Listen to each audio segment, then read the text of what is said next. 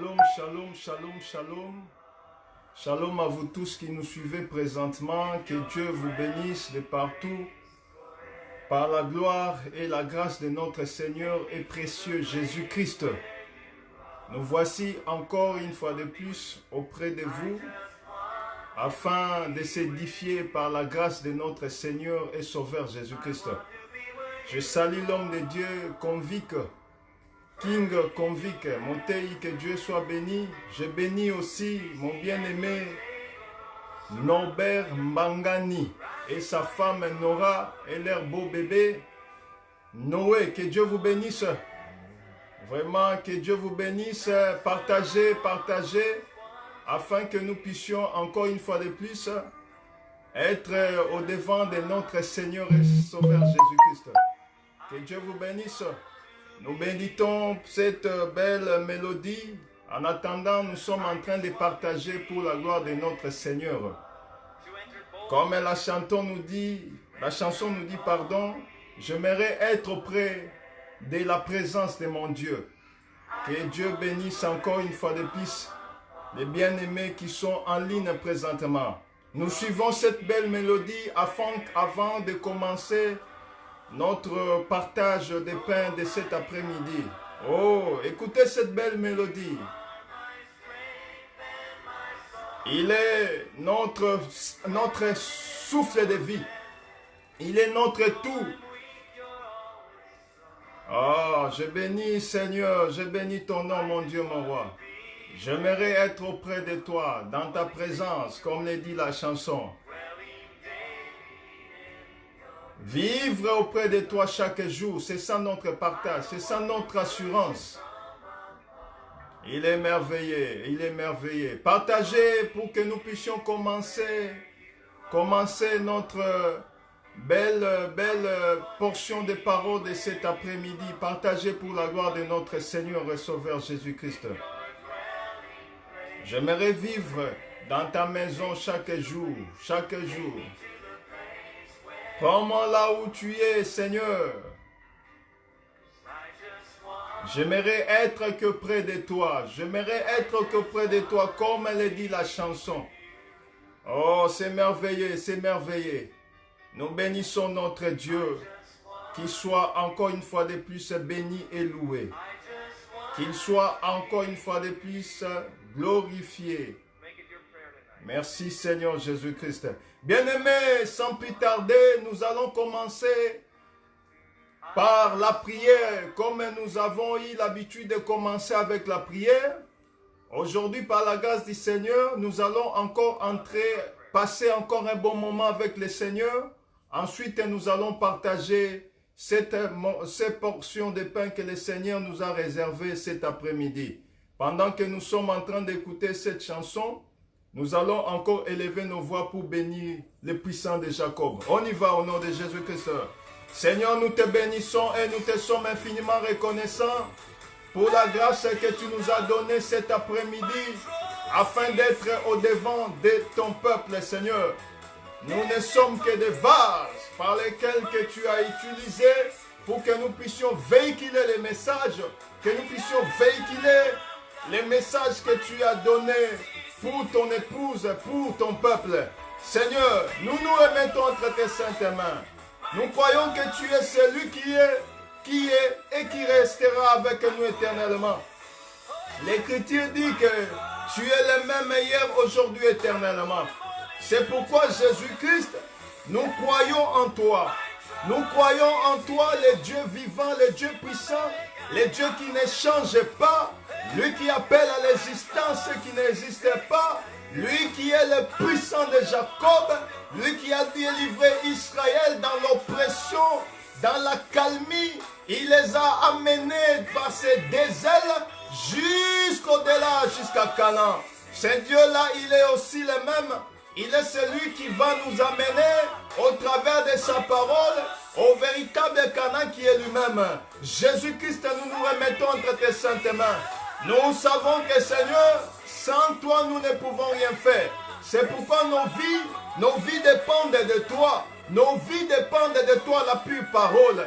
Jésus-Christ est le seul et l'unique Dieu. Sans toi, nous ne pouvons rien faire. C'est pourquoi nous avons besoin de ton appui dans nos vies. Nous avons besoin de ton soutien. Nous avons besoin de ta grâce cet après-midi. Nous avons besoin de ta grâce dans nos vies. Sois celui qui suit en toutes choses, afin que tu sois loué, afin que tu sois béni.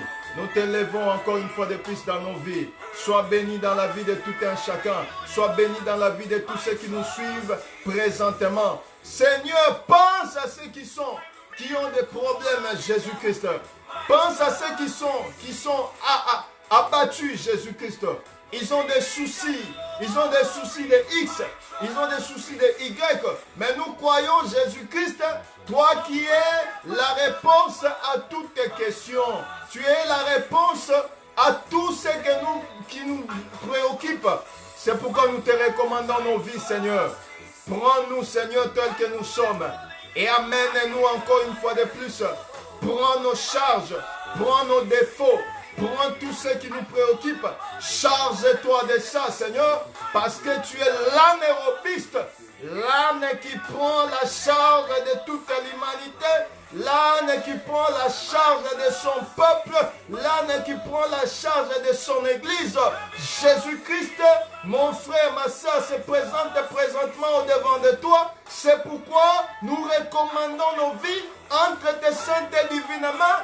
Sois celui qui suit, étends ta main puissante et laisse que la vie de mon frère et de ma soeur présentement, qui est le changement, en tout et pour tout. Au nom de Jésus-Christ, j'enlève et je déloge tout esprit de ténèbres qui dérange mon frère, qui dérange ma soeur présentement.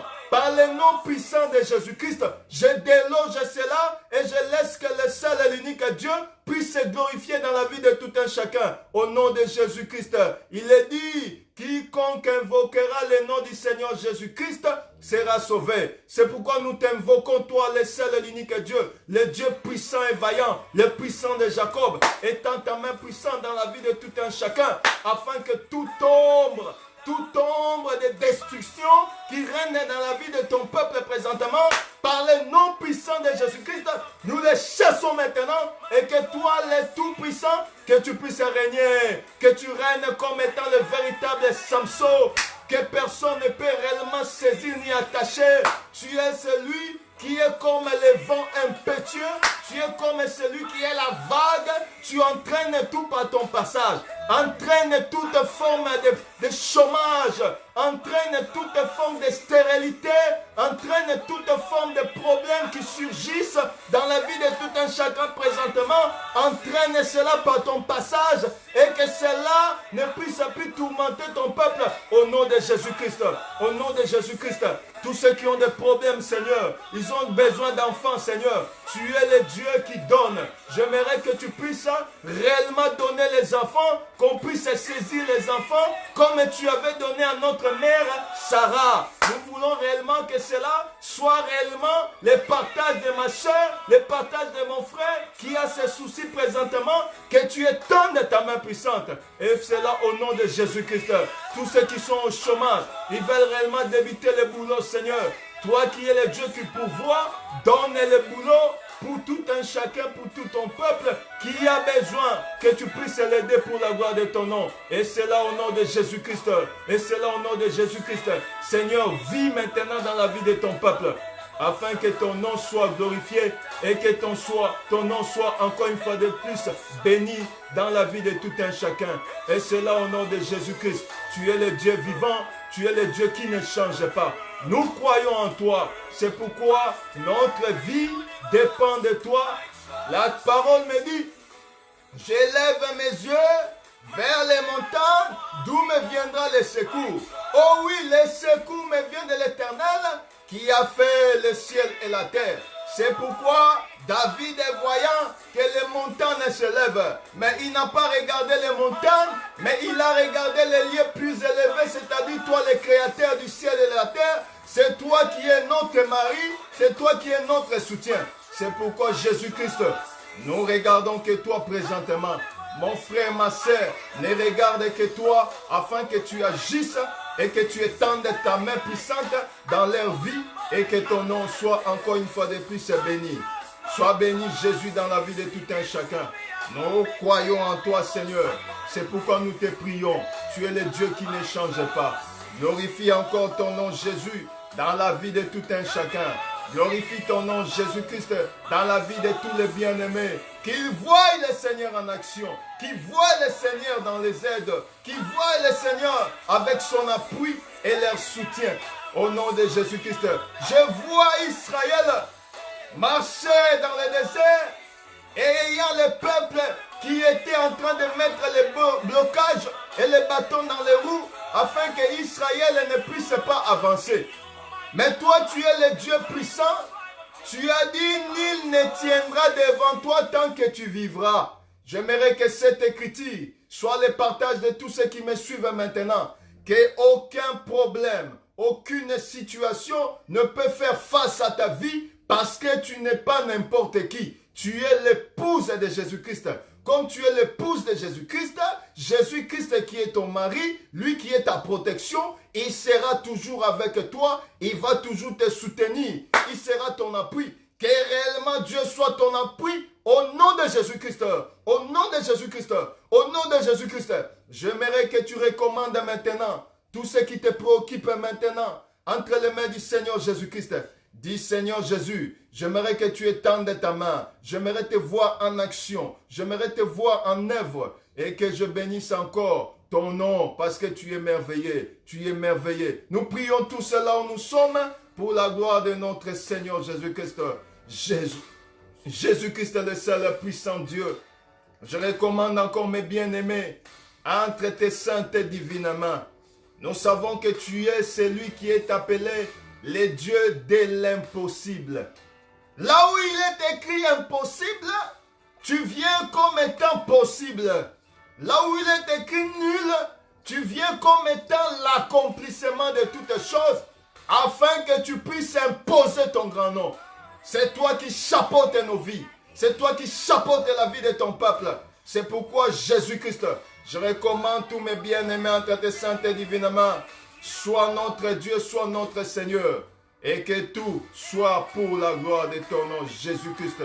Nous te bénissons et nous te sommes infiniment reconnaissants. Sois béni, Jésus, au nom de Jésus-Christ. Nous te bénissons pour la gloire de ton nom. Il est béni, Jésus-Christ, le puissant Dieu, celui qui ne change pas, celui qui est le Dieu qui dépasse l'entendement des gens. Qu'il soit béni encore une fois depuis cet après-midi pour la gloire de son nom. Au nom de Jésus-Christ, nous avons ainsi dit, merci Seigneur Jésus-Christ. Nous acclamons Jésus là où nous sommes, qu'il soit réellement béni au nom de Jésus-Christ. Je pense que je bénis tous ceux qui nous suivent présentement partout où vous êtes. Dieu a fait grâce afin que nous puissions encore une fois de plus partager ce que nous avons à dire cet après-midi. Je salue en passant tous les hommes de Dieu qui nous suivent présentement. Là, je vois les bien-aimés, le docteur Galilée Lingoso à Cape Town. Je vois le docteur Roger et sa femme Nikki et leur beau bébé Godwin.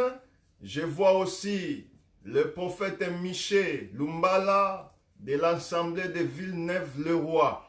Et je vois aussi l'apôtre Bosco Lobela et tous les hommes de Dieu. Je vois le docteur, je vois l'apôtre Caleb Vatt de l'Assemblée des Saints de Lucando. Je vois aussi tous les hommes de Dieu. Je vois le docteur Harmonie. Je vois l'apôtre Jéhu. Je vois tous ceux qui nous suivent présentement, le pasteur Loussou de l'Assemblée des Premiers-Nés de Kinshasa. Et je vois aussi aux États-Unis, je vois le docteur Benjamin William Moutefou. Que Dieu vous bénisse, sans oublier tous les hommes de Dieu que j'ai fait omission de nom. Alain Malenga, Gilit, Oncle Clary, tous les frères qui nous suivent maintenant, que Dieu vous bénisse. Et je bénis aussi toute l'Assemblée des Premiers-Nés à Kinshasa. Je vois Foro, l'homme de Dieu Foro. Je vois Jibal, l'homme de Dieu Jibal. Je vois Serge Mbala et je vois aussi tous les hommes de Dieu pour la gloire de notre Seigneur. nous sommes en train de parler sur le thème le scandale des prophètes. Et je pense que nous avons commencé cela depuis presque, nous allons presque un mois. Nous sommes en train de parler sur les scandales des prophètes. Nous avons dit ceci que les scandales des prophètes, c'est réellement, quand nous voyons les scandales des prophètes, nous voyons qu'il y a deux concepts. Il y a scandale et il y a prophète. Nous avons dit que les scandales, c'est l'incompréhension. Les scandales, c'est le toïboï. Les scandales, c'est quelque chose qui dépasse l'entendement des gens. Alors, quand nous voyons prophète, les prophètes, c'est la lumière. Les prophètes, c'est les chandeliers. Les prophètes, c'est l'enseignant. Les prophètes, c'est aussi l'enseignement. Donc, nous comprenons ceci que quand nous parlons des scandales des prophètes, nous voulons simplement voir quel est le prophète, l'enseignement que les prophètes étaient en train de donner. Parce que la vie des prophètes, c'était tout un enseignement. C'est pourquoi nous avons dit, quand on voit par exemple un prophète comme Ésaïe se déshabiller et marcher déchaussé, il y avait un enseignement que Dieu avait caché dans cela. Quand nous voyons par exemple une personne comme Moïse aller prendre une Éthiopienne, il y avait tout un enseignement qu'il y avait là. Or, quand nous voyons Abraham, tous les prophètes de Dieu cachaient tout un message.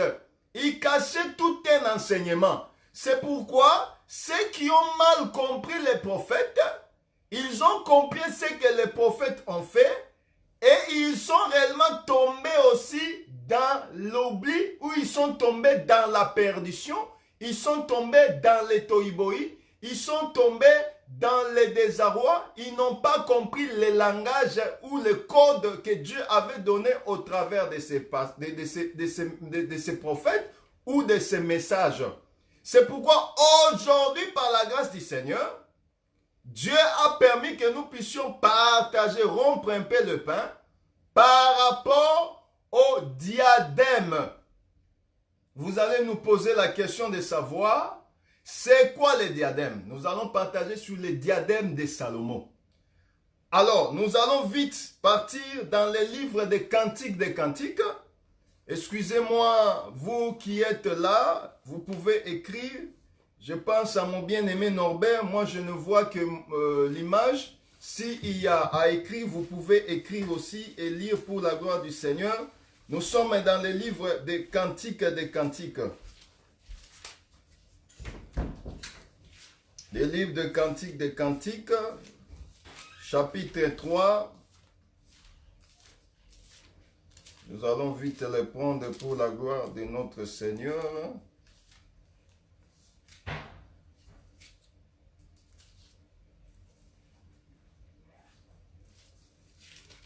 Je salue tous les hommes de Dieu qui nous suivent. Nous prenons Cantiques des Cantiques.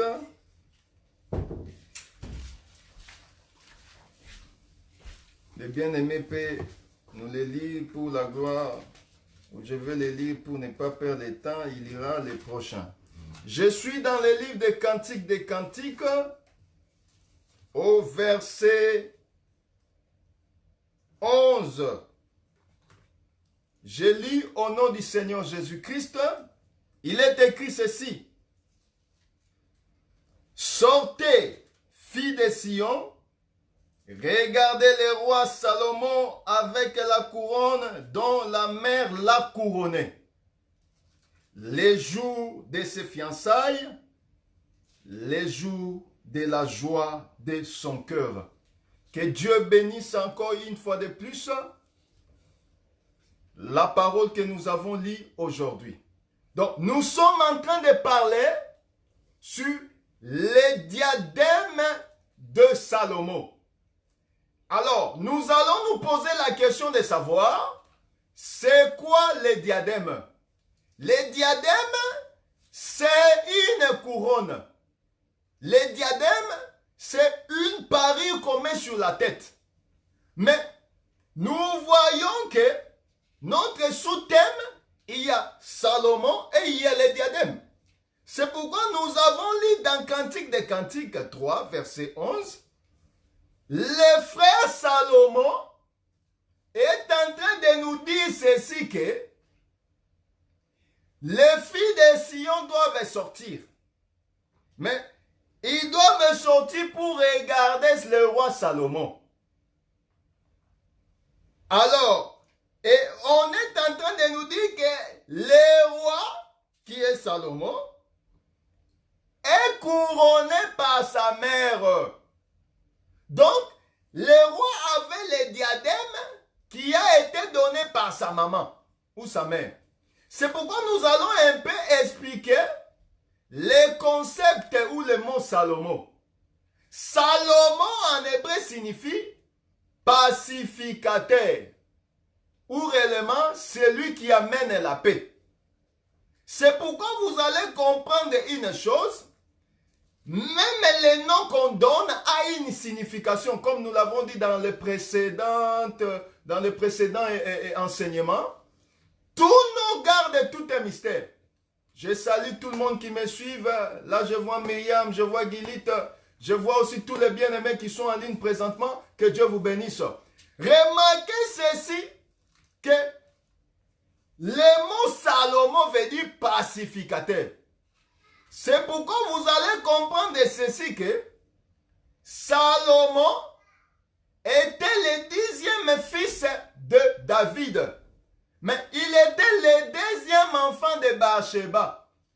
Et il était le 3e roi d'Israël. Donc, nous remarquons que dans le règne de la personne de Salomon, il n'y avait pas de trouble dans son pays, dans Israël, parce que il reflétait son nom. Son nom veut dire pacificateur, c'est-à-dire celui qui vient avec la paix. Pendant que Salomon régnait, les 40 ans du règne de Salomon, il n'y avait jamais eu de trouble en Israël, parce que lui-même, Salomon, était là comme étant pacificateur, comme étant la paix.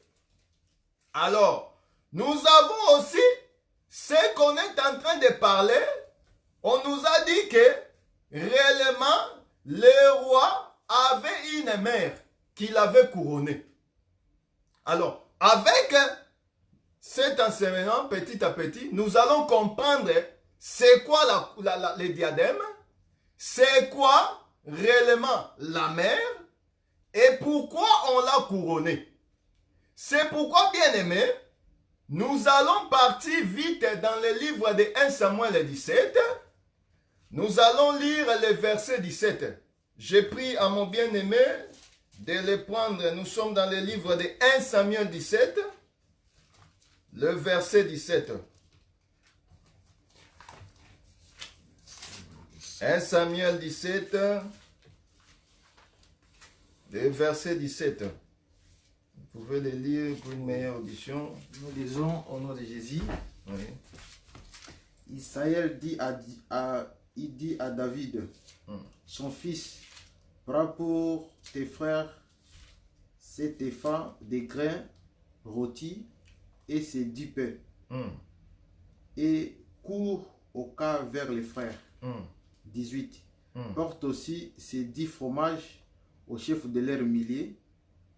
Tu verras si les frères te portent bien et tu m'en donneras les nouvelles sires. Que Dieu vous bénisse.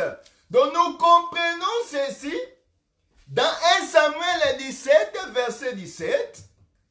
On est en train de nous parler de quelque chose. La parole nous dit ceci, que il y avait un combat. Il y avait la guerre entre Israël et les Philistins. Et il y avait un géant Goliath qui était venu et il menaçait Israël jours et nuits.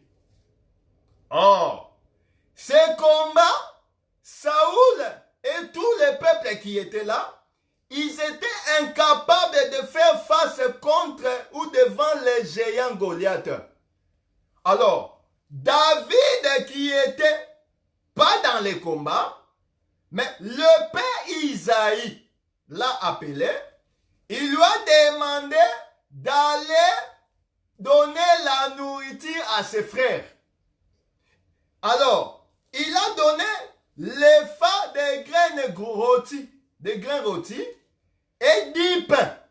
Il a amené cela pour amener auprès de ses frères qui étaient dans les champs de bataille. Oh, nous comprenons ceci que toute écriture est inspirée de Dieu. Elle est utile pour enseigner, pour corriger et pour convaincre.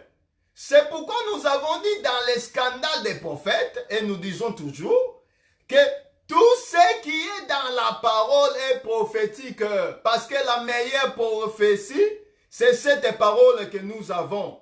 La parole de Dieu, ce n'est pas le kwakou. Pour ceux qui sont les blédards, ils connaissent un peu le roman de Joe F. La parole de Dieu, ce n'est pas le roman de Joe F. Ce n'est pas Paris Match. La parole de Dieu, ce n'est pas Daily Scandal pour ceux qui sont en Angleterre ou en Afrique du Sud. Mais la parole de Dieu, c'est toute une prophétie. Pour réellement lire la parole de Dieu, il faut lire la parole de Dieu 2 fois. On ne lit pas la parole de Dieu 1 fois. Parce que si tu lis la parole de Dieu 1 fois, tu vas encore entrer dans les Écritures, rester là-bas et les Écritures vont t'avaler. C'est ça même les lions. Mais nous croyons que l'Écriture, on doit lire la parole de Dieu 2 fois. C'est-à-dire lire et relire afin que nous puissions avoir l'interprétation. Or, la première lecture, c'est ça Moïse. La deuxième lecture, c'est ça Jésus-Christ. C'est pourquoi Jésus-Christ, quand il est venu, il a dit tout ce qui est dans ces rouleaux, il est question de moi. C'est-à-dire tout geste prophétique mérite qu'on puisse voir l'explication dans Jésus-Christ. C'est pourquoi nous allons comprendre que Isaïe a appelé son 4e enfant, qui est réellement le jeune David. Parce que il y avait ses frères qui étaient dans les champs de bataille. Il y avait Eliab, il y avait Abinab et il y avait Shama. Oh, on les a envoyés, ils étaient 3 déjà dans les champs de bataille. Mais ils ne pouvaient pas faire face devant Goliath. Parce que Goliath était robuste, puissant. Il était un géant. Il était en train de semer la peur. Il était en train de semer le trouble dans tout Israël. Et tout le monde avait peur de lui. Mais Isaïe connaissant, il a fait un geste prophétique. Il a pris son 4e fils, qui est réellement la personne de David. Il l'a envoyé prendre les nouvelles auprès de ses frères qui étaient dans les champs de bataille. Mais j'aimerais préciser une chose. J'aimerais dire à quelqu'un que tous ceux qui étaient dans les champs de bataille, c'était des efféminés. Parce qu'un efféminé, c'est quelqu'un qui est faible. C'est quelqu'un qui n'a pas la force. Mais Goliath qui était fort, il avait en face de lui les efféminés. Les personnes faibles qui n'avaient pas de force pour combattre contre lui, pour lui faire face. Mais il fallait maintenant qu'on envoie un homme. Oh, cet homme-là qu'on avait envoyé, c'était réellement la personne de David. Parce que vous remarquerez que David, c'était lui le 4e qui est venu dans les champs de bataille. Oh, quand il est venu, il y avait déjà Eliab. Il y avait Shama, qui signifie désolation. Il y avait aussi Abinab, qui signifie liberté. Il y avait aussi Eliab, qui signifie mon père. Donc, nous voyons que toute toutes ces personnes-là étaient déjà dans les champs de bataille. Shama, Eliab et Amminadab, ils étaient dans les champs de bataille. Mais ils ne pouvaient pas faire face contre Goliath. Mais le père étant tout un prophète, il a appelé son quatrième fils, qui est réellement la personne de David, pour aller réellement faire face et prendre la nouvelle. C'est-à-dire prendre la nouvelle de ses frères. Mais il n'est pas parti main bredouille. Il n'est pas parti main vide. Il a apporté les pains. Il y avait les pains rôtis, c'est-à-dire les grains rôtis, et il y avait encore 10 pains. Donc il a apporté la nourriture à ses frères. Or, nous voulons aussi dire qu'aujourd'hui, Dieu qui est le véritable Isaïe, il a envoyé les Éphésiens 4:11 qui est réellement le type ou l'illustration de David, afin de donner la nourriture au peuple. C'est pourquoi nous dirons ceci, qu'un homme de Dieu appelé ministre ne peut pas marcher main vide. David n'avait pas les mains vides.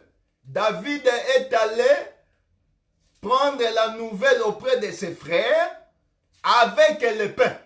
C'est pourquoi un ministre de Dieu aujourd'hui, c'est-à-dire quand on parle de ministre, il doit réellement avoir le pain, il doit avoir la nourriture.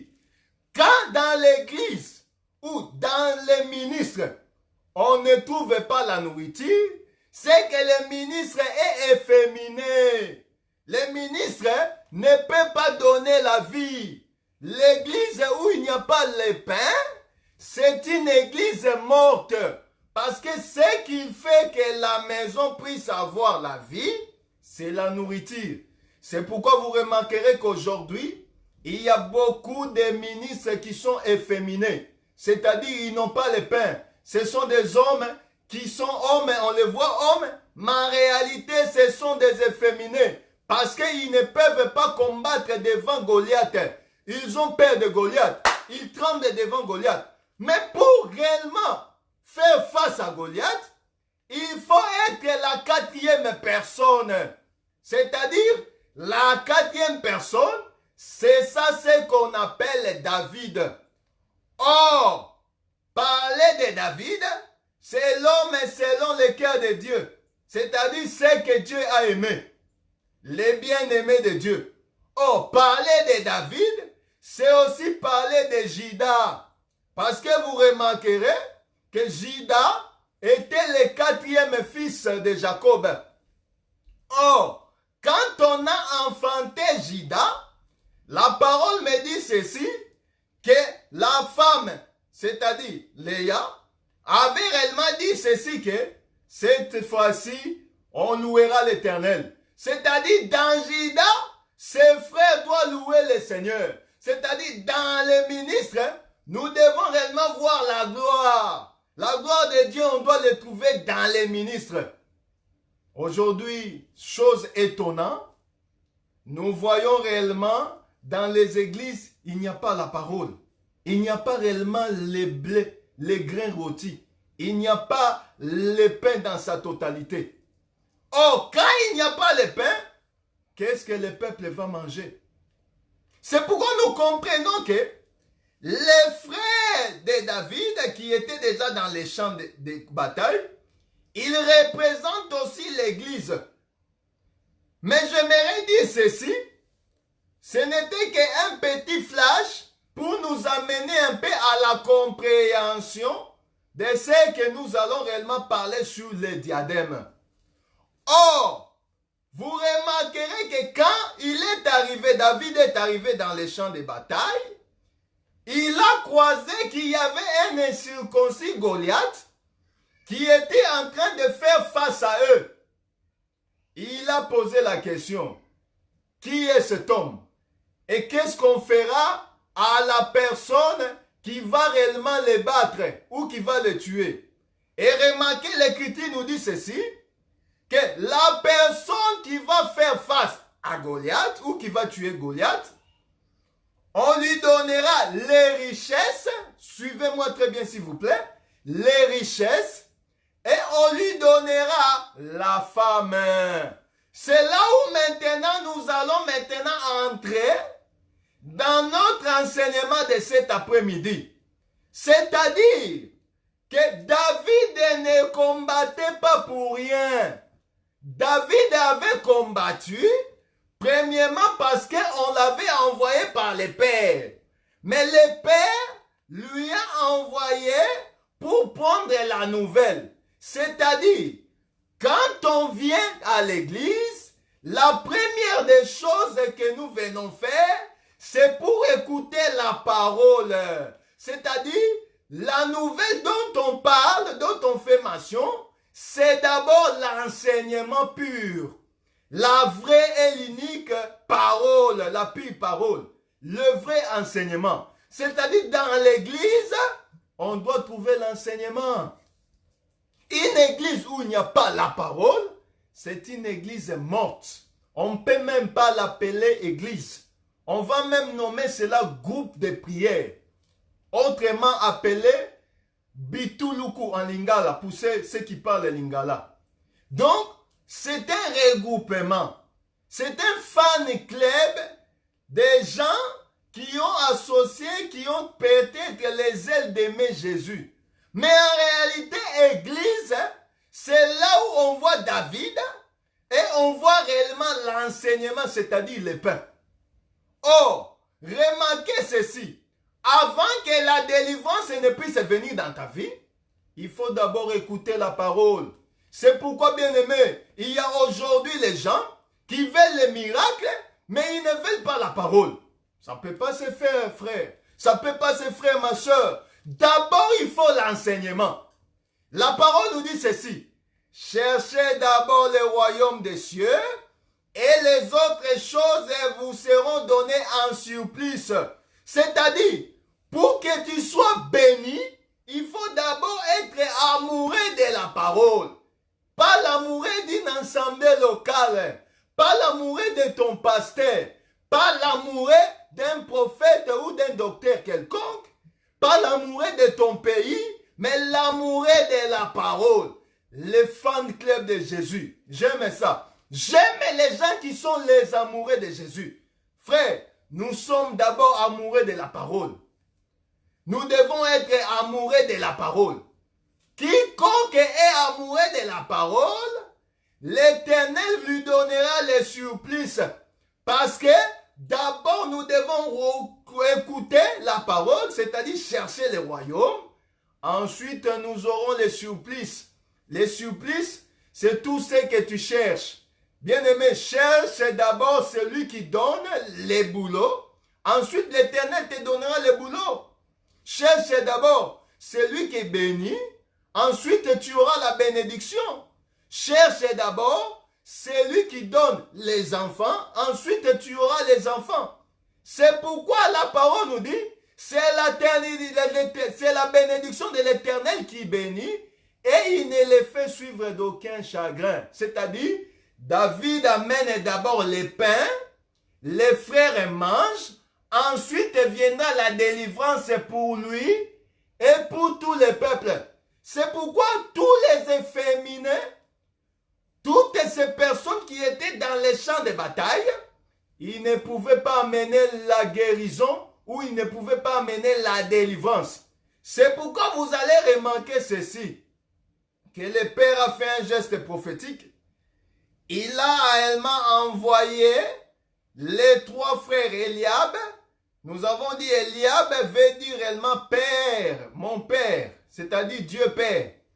Et nous avons vu Amidab qui veut dire réellement le Dieu de liberté. Et nous avons vu aussi qu'il y a Shama qui veut dire désolation. Tout cela, ils avaient apporté que la désolation.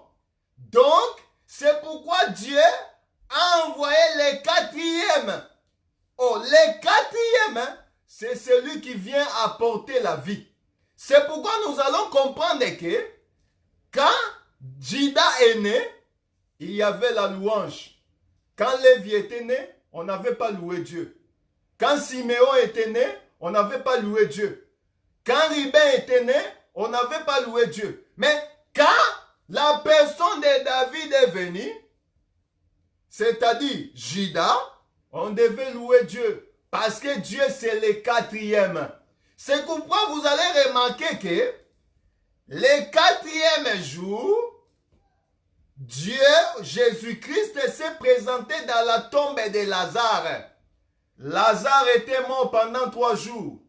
Mais le quatrième jour, Jésus-Christ s'est présenté. On l'a même dit, mais il sent déjà, il est déjà pourri. Mais lui a dit, laissez-moi, je vais aller me présenter comme la véritable lumière du quatrième jour. C'est moi le soleil véritable. Je dois maintenant éclairer Lazare. C'est ce qui s'était fait aussi dans les champs de bataille. Les prophètes, la loi, les psaumes et les prophètes, ils sont arrivés, ils n'ont pas donné la délivrance. Mais pour que la délivrance puisse venir, il fallait que réellement le véritable Judas puisse venir. Or, vous remarquerez que Judas, c'est lui qui apporte la délivrance. Judas, c'est lui qui apporte réellement la victoire. C'est pourquoi nous avons vu que David s'est présenté comme étant le quatrième. Et vous allez remarquer, pour confirmer aussi ce que nous disons, que Dieu s'est présenté aussi dans la fournaise ardente quand on avait arrêté ou mis dans la fournaise les compagnons de Daniel. Nous avons vu réellement le véritable Judas venir comme étant la quatrième personne. C'est-à-dire, David vient avec la délivrance. David, c'est ça même la pierre de l'escarboucle, pardon. Parce que vous allez remarquer que dans les pectorales de la justice, et dans les deuxième rangée, la pierre de Judas, c'était l'escarboucle. C'est-à-dire, c'est très important, la quatrième pierre. Donc, nous devons réellement voir la manifestation du véritable David, qui est réellement le Seigneur Jésus-Christ. Mais nous ne sommes pas là. J'aimerais simplement te dire ceci, bien-aimé, cet après-midi, que le combat que nous avons, c'est un combat spirituel. Le diable est en train de te menacer par tout ce que tu es en train de voir dans ta vie. Mais pour que tu puisses faire face au diable, tu n'as pas besoin d'une autre personne. Tu n'as pas besoin qu'on te présente un prophète quelconque. Tu n'as pas besoin qu'on te présente un homme spécial, extraordinaire. Parce que tu as le véritable David. Le véritable David, quand il vient pour t'amener dans la délivrance. C'est pourquoi nous avons vu David se présenter comme étant la quatrième personne. Mais remarquez ceci, que David, quand il est allé combattre, il avait combattu avec un intérêt. Parce que la parole, vous serez d'avis avec moi comme nous venons de lire. On a dit ceci, à celui qui va tuer Goliath, on lui donnera les richesses et on lui donnera réellement la femme, la fille du roi. Oh! C'est ça même qui vient réellement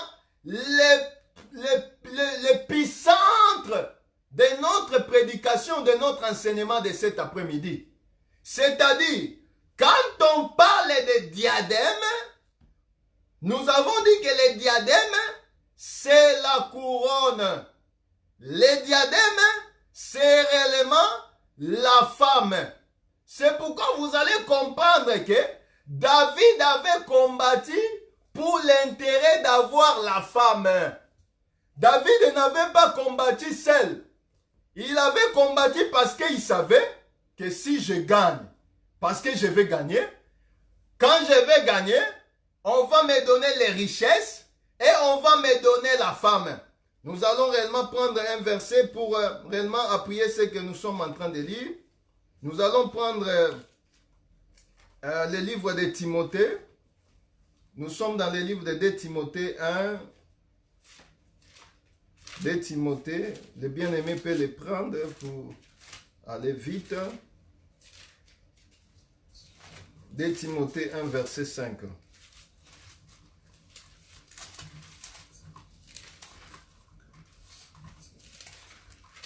De Timothée 1. Bon, je lis pour aller vite. De Timothée 1.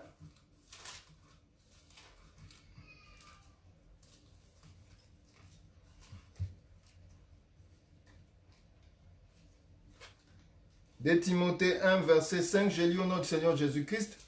Gardant les souvenirs de la foi, sincère qui est en toi. Lui, en toi qui habita d'abord dans ton réel, Loïs, et dans ta mère Eunice, et qui, j'en suis persuadé, habite aussi en toi. Nous allons aussi prendre un verset. Nous allons prendre le livre de Timothée, là où Timothée dit qu'il faut courir comme si un athlète ne peut pas courir sans qu'il puisse courir selon les normes. C'est dans 2 Timothée, tu peux le chercher vite fait. 2 Timothée, je ne veux plus te répondre.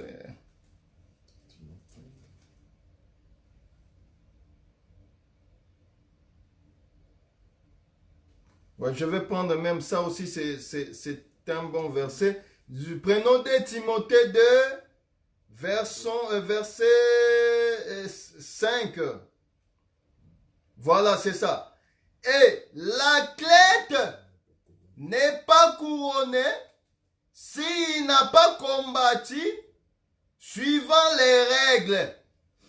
Nous remarquons ici, bien aimé, que le frère Paul est en train de nous dire ceci, qu'un athlète ne peut pas être couronné s'il n'a pas combattu selon les normes.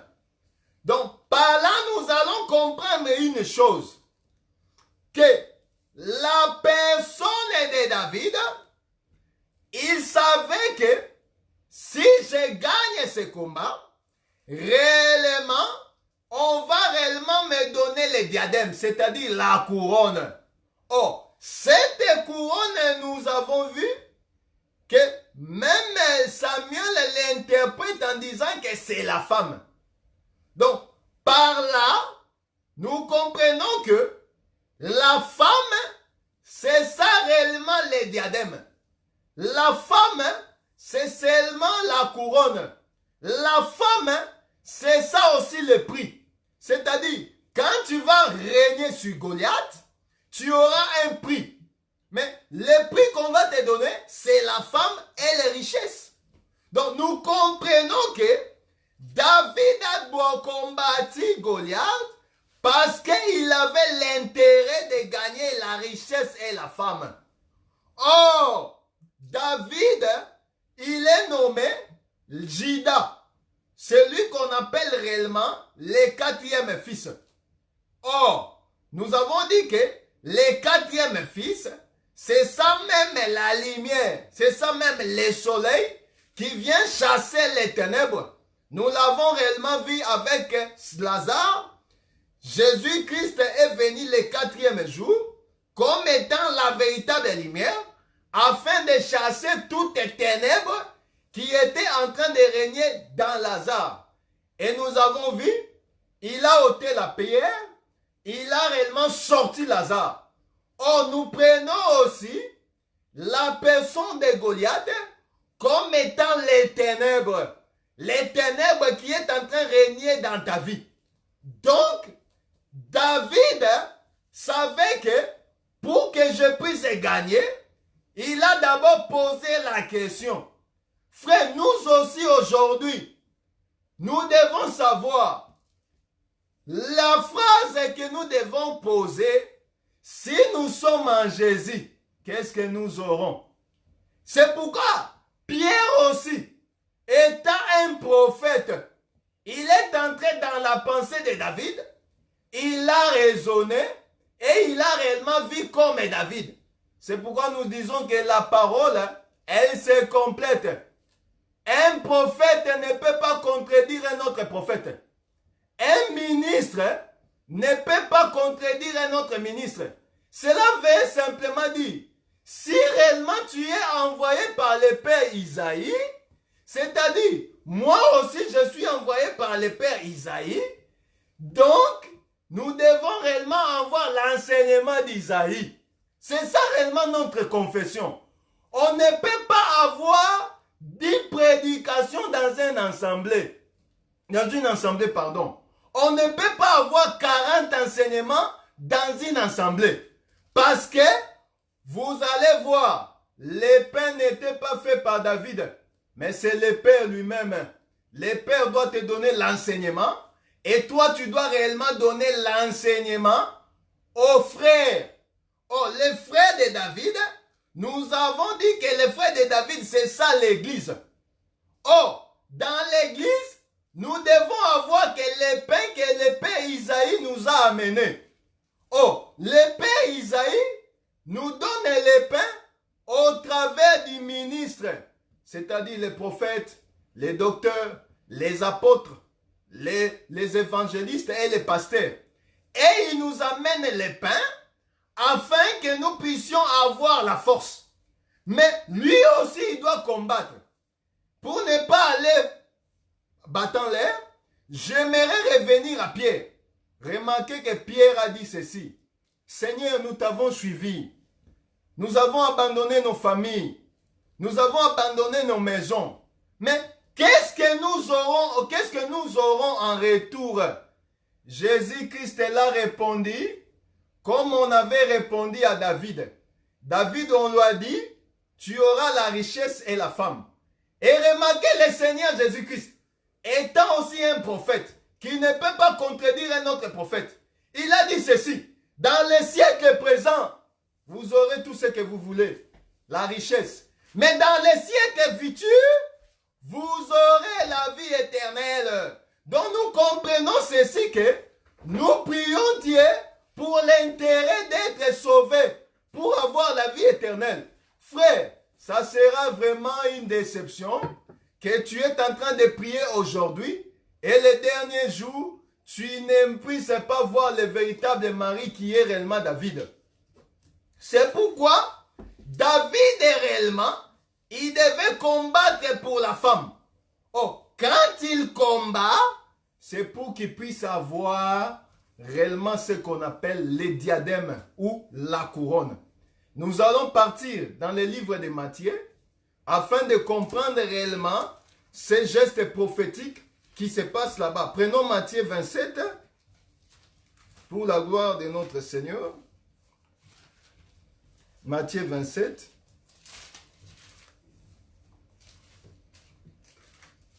Les frères peuvent nous prendre vite fait. Matthieu 27.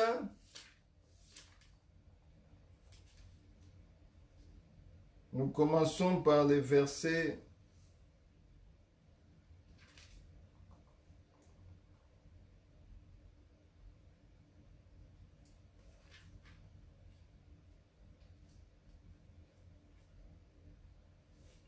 Prenons même le verset 20. Commençons par le verset 21. Oui, nous lisons au nom de Jésus. Amen. Les gouverneurs prenant la parole leur dit, lesquels des deux voulez-vous que je vous relâche? Et on commence par le verset 27 jusqu'à 29, c'est mieux, pour aller vite. Oui, verset. Les soldats du gouverneur conduisirent Jésus dans les prétoires et ils assemblèrent autour de lui toute la cohorte. Voilà, donc nous voyons ici qu'on est en train de nous parler réellement sur une chose. Nous avons dit ceci que David veut dire les bien-aimés de Dieu. Donc, les bien-aimés. Nous avons dit aussi que David, c'est ça la quatrième personne qui s'est présentée dans les combats. Il s'est présenté au combat Et on lui a promis que s'il gagne réellement les combats, on lui donnera la richesse, c'est-à-dire les richesses, et on lui donnera la femme. Donc nous comprenons que David combattait pour la femme. Sans réellement la victoire, il ne peut pas avoir les richesses et la femme. Or, David était l'ombre du véritable David qui est le Seigneur Jésus-Christ. Parce que l'homme selon le cœur de Dieu, c'est la personne de Jésus-Christ. Vous allez comprendre une chose, que quand le frère Jean a baptisé Jésus-Christ, une voix a été entendue. Celui-ci est mon fils bien-aimé. Donc nous comprenons que les vrais bien-aimés de Dieu, ce n'est que le Seigneur Jésus-Christ. Oh, Jésus-Christ s'est présenté comme étant le véritable David. Mais le souci de Jésus-Christ était qu'il puisse réellement combattre et gagner pour gagner la femme. Oh, les diadèmes, c'est réellement la femme. Les diadèmes, c'est le prix. Donc, Christ avait accepté de mourir, c'est-à-dire de gagner réellement la personne de Goliath pour réellement avoir la femme qui est tuée. C'est-à-dire, moi et vous, nous représentons la femme. Nous sommes réellement les prix. Nous sommes réellement les diadèmes que réellement Christ doit réellement gagner. C'est pourquoi Christ devait monter sur la croix afin de nous gagner, c'est-à-dire nous gagner comme étant le prix. C'est pourquoi vous allez voir dans le livre de Matthieu 27, versets 27 à 29, il est dit ceci, je répète pour une meilleure audition. Les soldats du gouverneur conduisirent Jésus dans le prétoire et ils s'assemblèrent autour de lui, toute la cohorte. Ils lui ôtèrent ses vêtements et les couvrirent d'un manteau écarlate. Ils tressaient une couronne d'épines qu'ils posèrent sur sa tête et lui mirent un roseau dans la main droite, puis s'agenouillèrent devant lui. Ils l'éraillirent en disant « Salut, roi des Juifs ». Remarquez ce geste prophétique qui s'était réellement fait avec réellement Jésus-Christ. Jésus-Christ étant le véritable David, comme nous avons dit dans le livre de Matthieu, il est venu pour combattre afin d'enlever la mort qui régnait. C'est-à-dire, nous avons dit dans les combats que nous avons lu dans 1 Samuel 17, que tous les gens qui étaient là, ils étaient incapables de faire face contre Goliath. Ils étaient faibles. Ils étaient des efféminés. Alors, Jésus-Christ est le véritable David. Il est venu afin de combattre. C'est-à-dire, il combat pour avoir les prix. Il combat pour avoir les diadèmes. Il combat pour avoir la couronne. C'est pourquoi nous avons lu dans Timothée, un athlète ne peut pas être couronné s'il n'a pas couru selon les normes. C'est-à-dire, pour que tu puisses avoir un prix, il faut réellement faire les principes. Oh, les principes ou la règle était quoi? De tuer réellement la personne de Goliath. C'est pourquoi Christ et Jésus, le bien-aimé de Dieu, est venu. Il a dit réellement, je dois réellement me sacrifier pour que je puisse gagner ma couronne, mon prix. Que je puisse gagner mon diadème. Oh, les diadèmes, c'est ça la femme. C'est pourquoi vous allez remarquer que les scribes et les pharisiens, en tuant Jésus, ils ont fait un geste prophétique. Ils ont déplié les vêtements que Jésus avait. Ils l'ont habillé d'un manteau. Ils l'ont habillé et ils ont pris réellement un bâton de commandement, ils lui ont donné. Ils ont fait une couronne d'épines. Oh, c'était les gestes prophétiques. Oh, quand ils l'ont habillé ainsi, ils se sont agenouillés de lui. Et ils ont crié roi des Juifs. Oh, nous croyons que tout ce que nous voyons dans la parole est réellement prophétique. C'est pourquoi nous allons réellement partir vite fait. Nous allons lire un verset dans le livre de Lévitique 21, versets 10 à 19, pour aussi prier et faire asseoir réellement ce que nous voulons dire. Lévitique 21.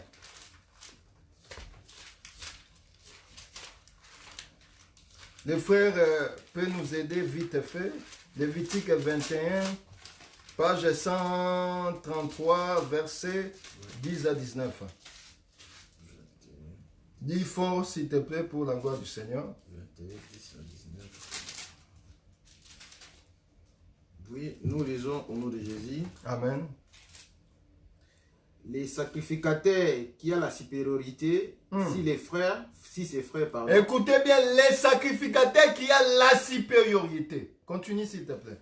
Si la tête duquel a été répandue l'huile d'onction et qui a été concentrée et revêtue de vêtements sacrés, ne découvrira point sa tête et ne déchirera point ses vêtements. Les sacrificateurs qui ont la supériorité. Donc nous voyons que pour que nous puissions réellement avoir la vie aujourd'hui, il y a eu quelqu'un qui s'est sacrifié. Mais il s'est sacrifié pour gagner les diadèmes, pour avoir la couronne. C'est pourquoi les sacrificateurs qui ont la supériorité sur ses frères, nous voyons réellement Christ qui est le souverain sacrificateur. Donc, Christ qui est le souverain sacrificateur, il doit réellement être oint par sa mère, comme Cantique des Cantiques, vers le chapitre 3, nous a dit. C'est-à-dire, la mère doit couronner les souverains sacrificateurs. Oh, la mère couronner les sacrificateurs, c'est ça même Ésaïe 61. Le frère peut le prendre, où il est écrit, l'Esprit du Seigneur est sur moi parce qu'il m'a oint. Tu peux le prendre, Ésaïe 61. Nous allons lire pour que nous puissions comprendre. Donc, pendant que le frère est en train de chercher, moi je continue et puis nous allons revenir à cela. Remarquez que Christ devait être couronné par sa mère. Oh, la couronne, c'est ça même l'enseignement. La couronne, c'est ça même l'onction. Parce qu'il est dit et il est écrit, vous serez d'avis avec moi, que l'onction que vous avez eue, vous enseignera toutes les choses. C'est ça réellement le Saint-Esprit. Donc, aujourd'hui, nous croyons et nous confessons que Christ a été oint par sa mère qui est le Saint-Esprit.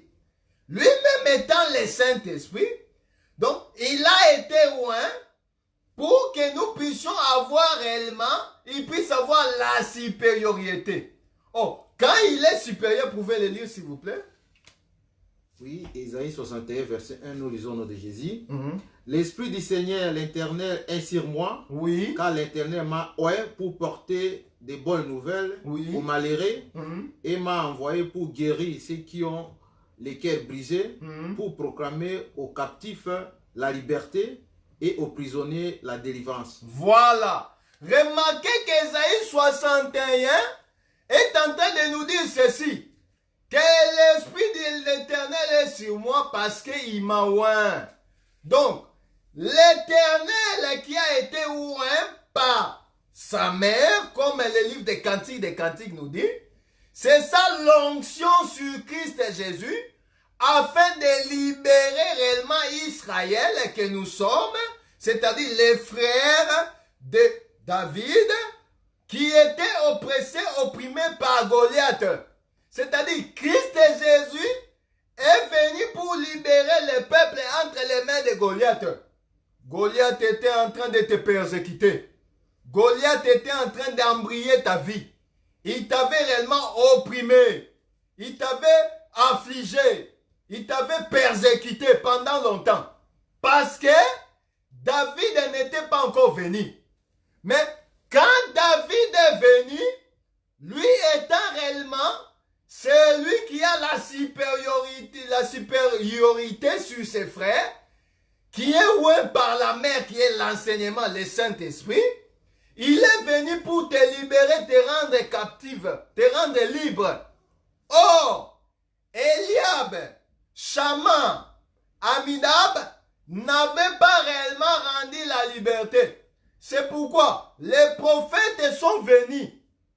Avant l'arrivée de Jésus-Christ, aucun prophète n'avait pu libérer le peuple. Ils étaient incapables. Ils étaient des efféminés. Or, un efféminé ne peut pas donner la vie. Un efféminé ne peut pas libérer quelqu'un auprès de Goliath. J'aimerais dire à quelqu'un qui me suit cet après-midi, les Goliaths qui subsistent encore dans ta vie, ils étaient en train de prendre le dessus parce que le véritable Jésus-Christ n'était pas là, le véritable David. Mais David qui est venu comme étant la quatrième personne, le vaillant héros, le puissant de Jacob, il est maintenant venu pour te libérer entre ses mains. Et je te dis qu'aujourd'hui, Goliath, sa tête sera coupée et cela sera donné aux oiseaux du ciel. C'est ce que Christ avait fait sur la croix. Christ s'est présenté comme étant le véritable Judas. Il est monté sur la croix et il a réellement déclaré l'amour en toi. Parce qu'avant Christ, il n'y avait pas le mariage. Avant Christ, le mariage n'était pas accompli. Il n'y avait pas l'achèvement du mariage. Parce que la croix, c'est ça même le mariage de l'homme et la femme. C'est-à-dire, Christ et l'Église. Christ est venu nous marier. Il est venu nous prendre comme épouse sur la croix. Or, il nous a pris comme épouse parce qu'il a tué notre premier mari. Or, notre premier mari, c'est ça réellement Goliath. Goliath qui régnait dans ta vie. Goliath qui subsistait dans ta vie. Il était en train de te tourmenter jours et nuits. Mais Christ est venu. Il a tué ton premier mari. Et lui maintenant est venu comme le vrai et l'unique mari. C'est pourquoi nous disons ceci. Qu'un enfant de Dieu ne peut pas vivre dans le péché. Un enfant de Dieu ne peut pas avoir deux maîtres à la fois. C'est-à-dire tu as Goliath et tu as David. Non frère. Goliath doit mourir. Christ doit rester lui-même le bien-aimé et le puissant de Jacob. C'est pourquoi Christ, dans Matthieu, il s'est fait un geste prophétique. Nous allons quand même chuter par là pour la gloire de notre Dieu. Ainsi, nous allons recevoir les questions. Remarquez que dans Matthieu 27, Christ s'est dépouillé. C'est ça même Dieu qui s'était dépouillé de toute sa gloire. Il a accepté de prendre réellement nos péchés. Il a accepté de prendre ta nature de péché. Lui est devenu péché pour que toi tu puisses devenir saint. Lui est devenu impudique pour que toi tu puisses devenir saint. Il a pris ton impudicité. Il a porté ça. Il a pris tes vols. Il a porté de ça. Il a pris ta sorcellerie. Il a pris tous les maux qui étaient en train de régner dans ta vie. Christ a réellement porté ça afin que tu puisses réellement avoir la libération totale. C'est pourquoi nous disons ceci que dans l'église de Jésus-Christ, on ne peut pas avoir plusieurs enseignements. Nous avons qu'un seul enseignement, c'est David. C'est ça réellement Judas. C'est lui que nous devons réellement louer. Et nous donnons la louange qu'au véritable Judas qui est Christ Jésus. C'est pourquoi le Goliath doit partir. Goliath doit être exécuté pour que réellement Christ puisse régner seul et unique Dieu. C'est pourquoi vous allez comprendre que les gestes prophétiques de Matthieu, Ils l'ont réellement couvert les vêtements. Ils lui ont donné un vêtement pour couvrir le corps. Oh, couvrir le corps, c'est ça même l'enseignement que nous devons avoir aujourd'hui. Aujourd'hui, Christ nous a revêtis de son enseignement. Et lui est couronné. Oh, on ne couronne que la tête. C'est pourquoi nous disons que Christ est celui la tête de l'église et nous sommes le corps. C'est pourquoi vous allez comprendre que dans le livre de Matthieu, les peuples ne pouvaient pas couvrir la tête. Parce que la tête, c'est ça réellement là où on doit couronner. C'est là où on doit mettre les diadèmes. Oh, le corps, c'est ça réellement Christ. C'est ça réellement l'église, pardon. L'église doit avoir les vêtements. C'est pourquoi vous allez remarquer que les vêtements, c'est ça même les œuvres des saints. Dans la doctrine, nous pouvons dire que nous devons réellement avoir les œuvres que produisent la parole. Un saint ne peut produire que les œuvres des saints. Oh, les saints des saints, c'est ça même la parole, l'enseignement. Oh, l'enseignement doit produire les effets de l'enseignement, c'est-à-dire les œuvres des saints. Oh, quand nous voyons déjà des jalousies auprès des saints, quand nous voyons le manque d'amour auprès des saints, quand nous voyons dans l'église aujourd'hui, les œuvres des saints ne se voient pas, c'est que quelque part nous n'avons pas revêti Christ comme étant vêtement. Remarquez qu'on a revêti le corps. Et la tête, on a réellement revêti la tête du diadème d'épines, c'est-à-dire de la couronne d'épines. Oh, vous allez remarquer, nous allons revenir dans Genèse. Genèse, quand on a maudit la terre, on a dit que la terre va produire les ronces et les épines. Oh, Christ est venu comme étant réellement le véritable David. Il a enlevé les épines sur la terre. Il a enlevé les ronces sur la terre. Lui-même, il a porté cela comme une couronne. C'est-à-dire, Christ, il a enlevé les défauts. Il a enlevé la malédiction qui était dans l'église et qui est le corps. Parce que la terre, c'est ça même le corps. La terre, c'est ça même l'église. Christ a enlevé toutes les malédictions qui régnaient en toi. Lui-même les a portées comme étant une couronne. C'est-à-dire, la malédiction qui était tombée sur nous, n'est plus tombée sur nous, mais cela s'est transféré sur Christ. C'est ça même ce que Christ avait fait. Il a réellement revêtu le corps que nous sommes. Il nous a revêtis de son enseignement. Lui, il a enlevé les ronces. Il a accompli la promesse qui a été donnée dans Genèse.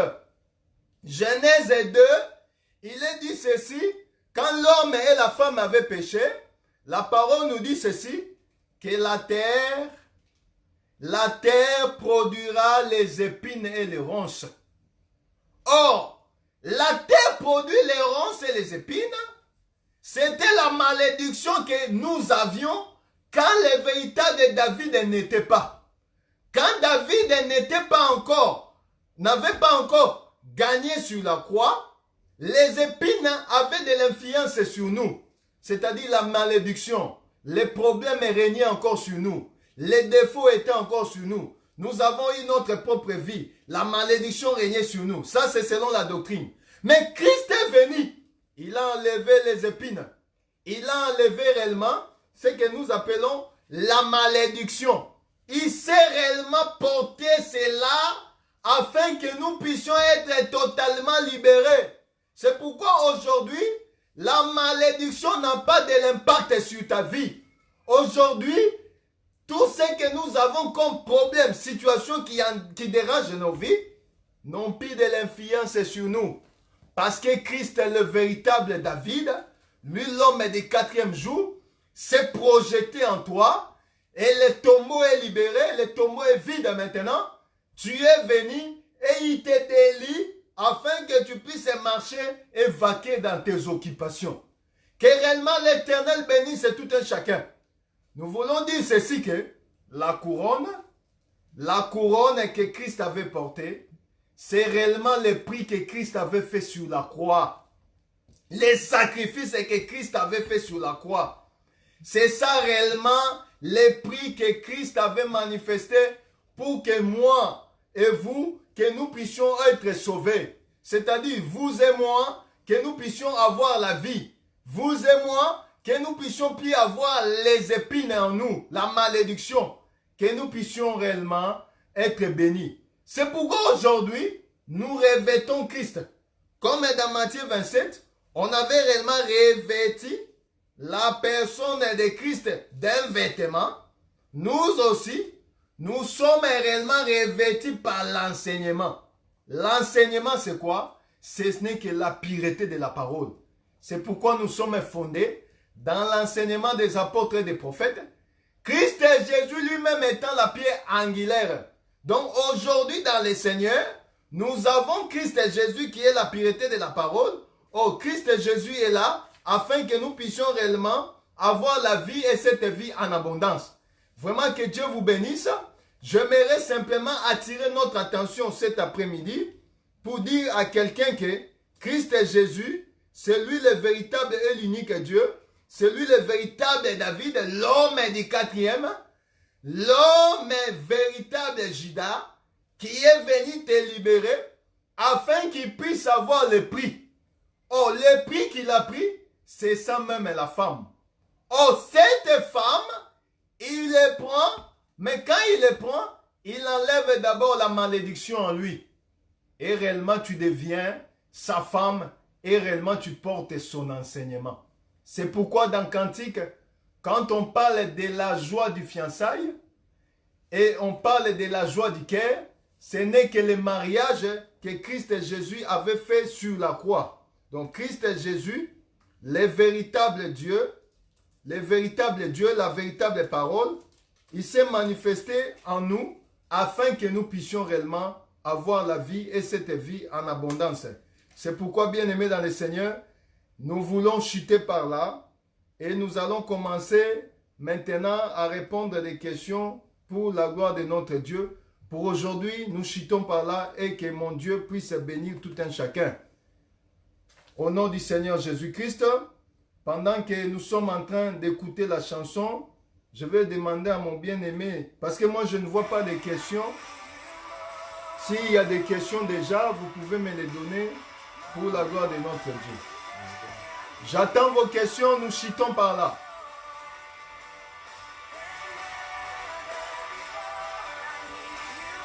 J'attends vos questions.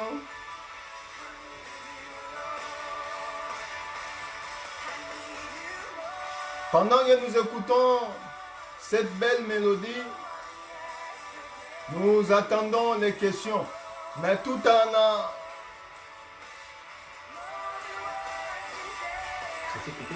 Non, c'est confirmé. Entre sur ton Facebook pour... On attend vos questions, mais je vais répondre les questions que nous avons laissées la fois dernière.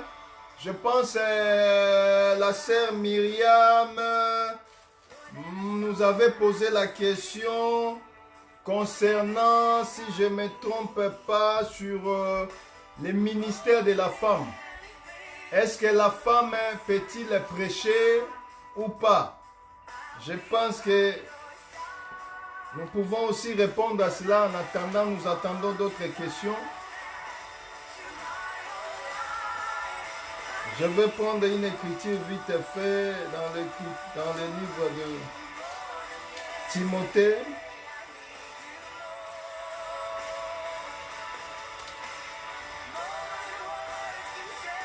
J'attends vos questions.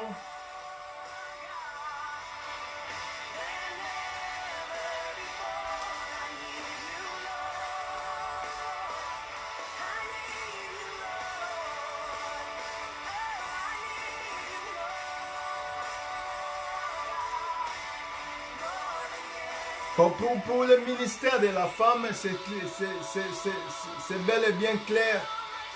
Je pense que nous pouvons lire 1 Timothée 2, verset 12.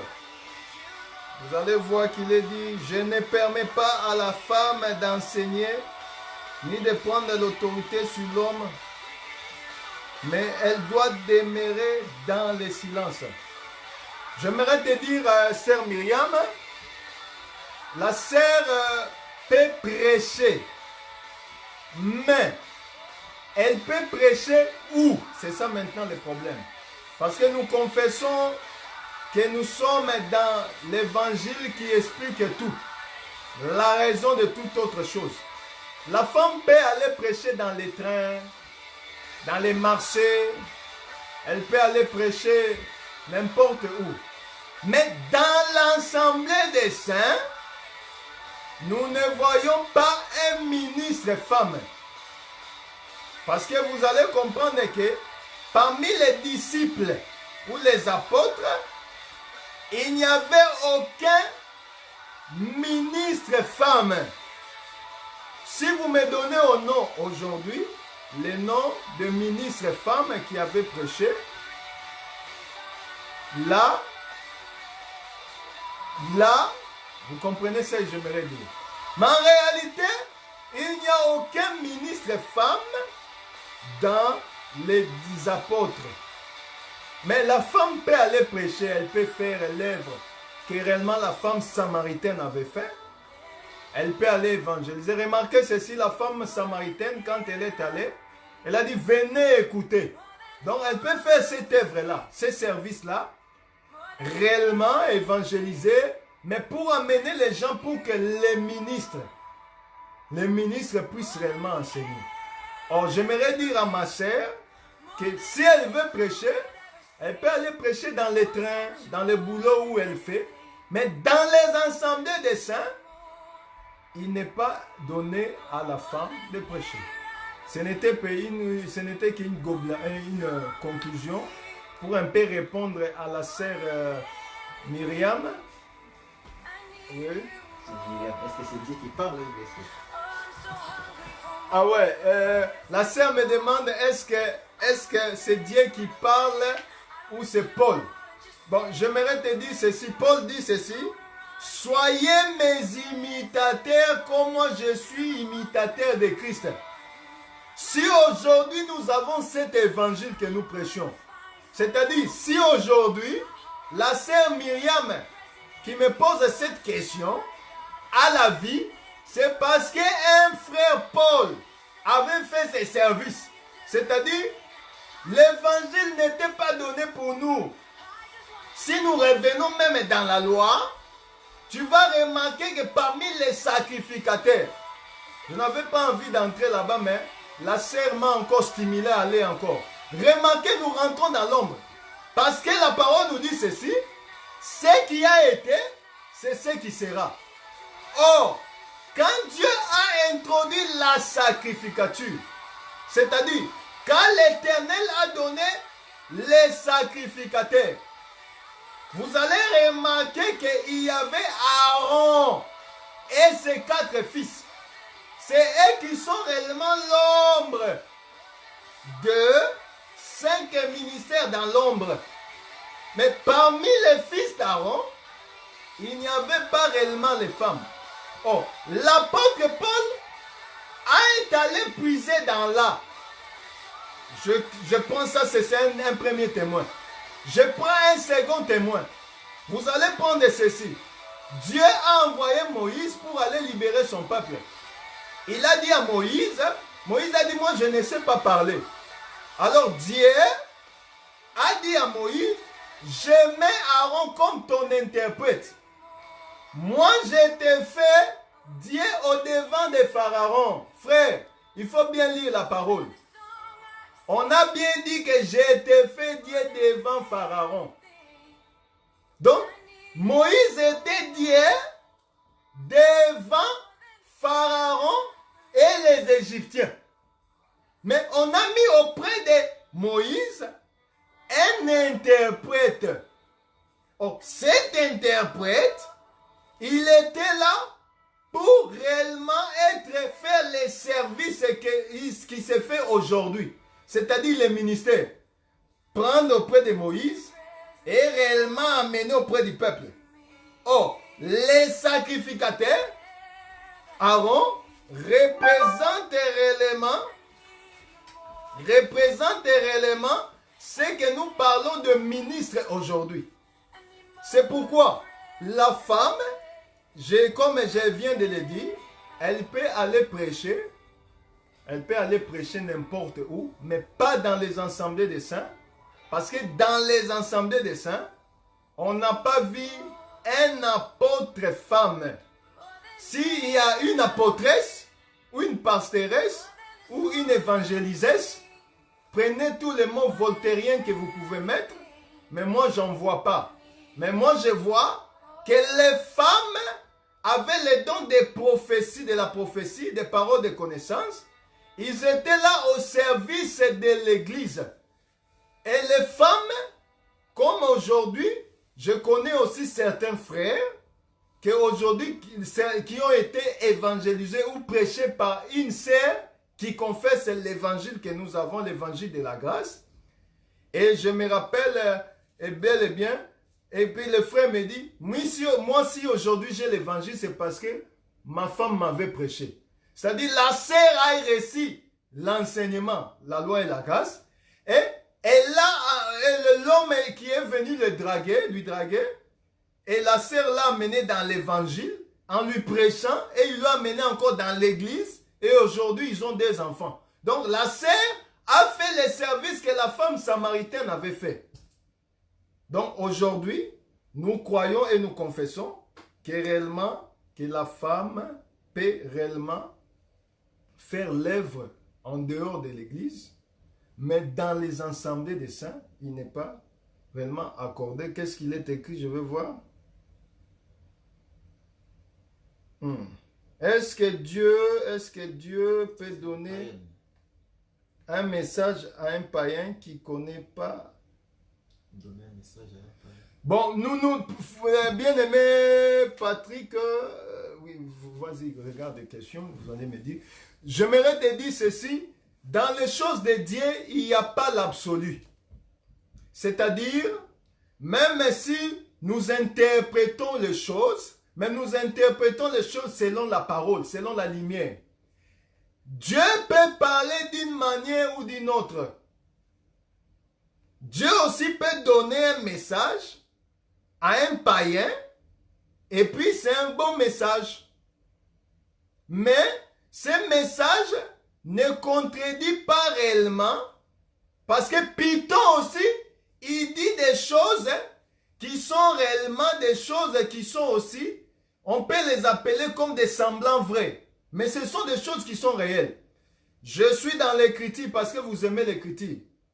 Paul était en train de faire une mission et il chassait les démons. Et il y a eu des gens qui sont venus chasser les démons. Bon, ça c'est un autre témoignage. Je vais prendre un témoin qui... Attendez, je vais prendre un verset vite fait pour que je ne puisse pas dire que je sois dans la parole. Python, voilà. Python, Paul, les apôtres étaient en train de prêcher. Alors, il y a eu une femme qui avait l'esprit de Python qui a commencé à prophétiser. Oh, les choses qu'il prophétisait, c'était des choses vraies. Réellement, les apôtres, c'était des hommes de Dieu. C'était réellement des hommes qui avaient la parole. Mais, comme c'est venu chez Python, nous ne pouvons pas dire amen à cela. Mais c'était des choses vraies. Tout comme aujourd'hui, un païen peut te donner un message, mais tu dois prendre cette parole, selon l'écriture, examiner toute écriture, éprouver tout esprit, pour savoir si elle vient de Dieu, il vient de Dieu ou pas. C'est-à-dire aujourd'hui, nous pouvons avoir un message, même si c'est mon frère dans l'évangile, ou mon bien-aimé dans l'évangile, même s'il me donne un message, je dois toujours réellement vérifier ces messages pour savoir si c'est la chair, ou réellement c'est pensée, ou réellement ce n'est que lui-même qui a fait la chose ou pas. C'est pourquoi il est écrit, éprouver tout esprit pour savoir s'il vient de Dieu ou pas.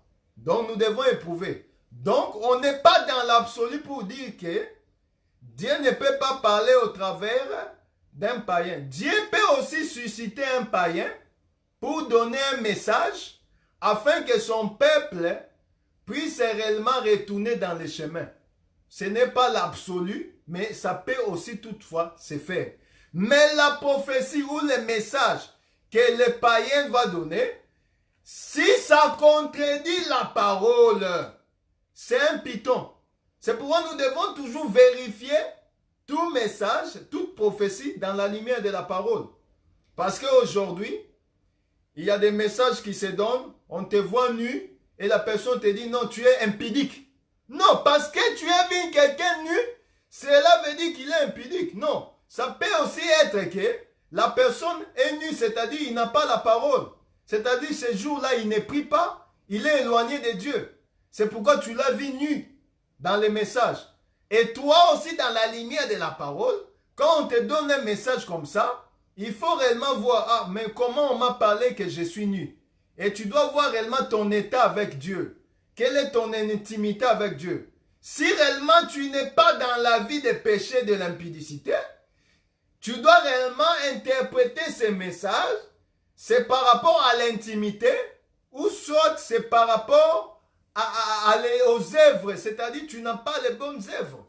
Donc c'est un peu ça, c'est si je peux répondre à mon bien-aimé Patrick Mayele. Je ne sais pas s'il y a d'autres questions. Le bien-aimé peut toujours me les donner. Mais comment on peut savoir si c'est dit? Ça c'est Patrick qui... Mais comment on peut savoir si c'est toujours dit? Comment on peut savoir que c'est toujours dit? Ben, c'est ce que je viens de dire tout à l'heure. Que par exemple, on te donne réellement un message, un message quelconque.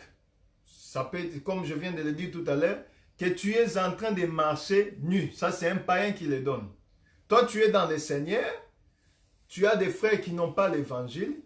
Il dit, ah mon frère, j'ai rêvé que je t'ai vu réellement que tu es nu. Par exemple, je prends ça en blé. Alors, je dis que toi, tu dois réellement voir par rapport à ton intimité avec Dieu. C'est-à-dire, si tu n'as pas, ta marche, elle est bonne, tu n'as pas des embûches par rapport à ta marche, et tout ce que tu fais est en accord avec la parole, dans la droiture de la parole, c'est que tu dis, ok, mon frère, oui, j'ai réussi, voilà, c'est bon. C'est un message qui est donné comme ça.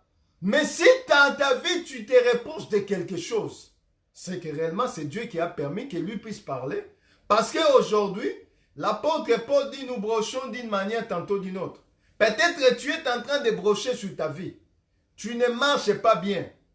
Parce que moi, je connais, je prends un exemple, toujours sur les cas.